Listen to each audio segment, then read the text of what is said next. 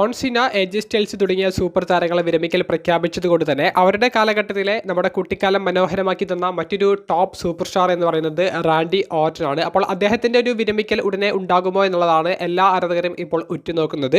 പാറ്റ് മക്ഫിയുടെ പോഡ്കാസ്റ്റിൽ ഒരു സ്പെഷ്യൽ ഗസ്റ്റായിട്ട് വന്ന റാൻഡി ഓർട്ടൻ ഇന്ന് പങ്കുവെച്ച ഒരു അഭിപ്രായം, ഒരു 10 വർഷത്തേക്കെങ്കിലും തനിക്ക് റിംഗിൽ തുടരാൻ ആഗ്രഹമുണ്ടെന്നാണ് റാൻഡി ഓർട്ടൻ പങ്കുവെക്കുന്നത്. അപ്പോൾ ഒരു 10 വർഷം എന്ന് പറയുമ്പോൾ അടുത്ത 2036 താൻ വിരമിക്കലിനെ കുറിച്ച് ചിന്തിക്കാൻ ആരംഭിക്കൂ എന്നുള്ളത് റാൻഡി ഓർട്ടൻ പറയുന്നുണ്ടെങ്കിലും ഒരു 3-4 വർഷമെങ്കിലും ഇനി റാൻഡി ഓർട്ടൻ മുന്നോട്ടേക്ക് പോകാൻ സാധ്യത ഉള്ളൂ എന്നാണ് എൻ്റെ ഒരു കണക്ക് കൂട്ടൽ. കാരണം അദ്ദേഹത്തിന് നിലവിൽ 48 വയസ്സോളം പ്രായമുണ്ട്. അപ്പോൾ ഒരു 50-52 വയസ്സിനുള്ളിൽ തന്നെ റാൻഡി ഓർട്ടൻ വിരമിക്കൽ പ്രഖ്യാപിക്കാനും സാധ്യതയുണ്ട്.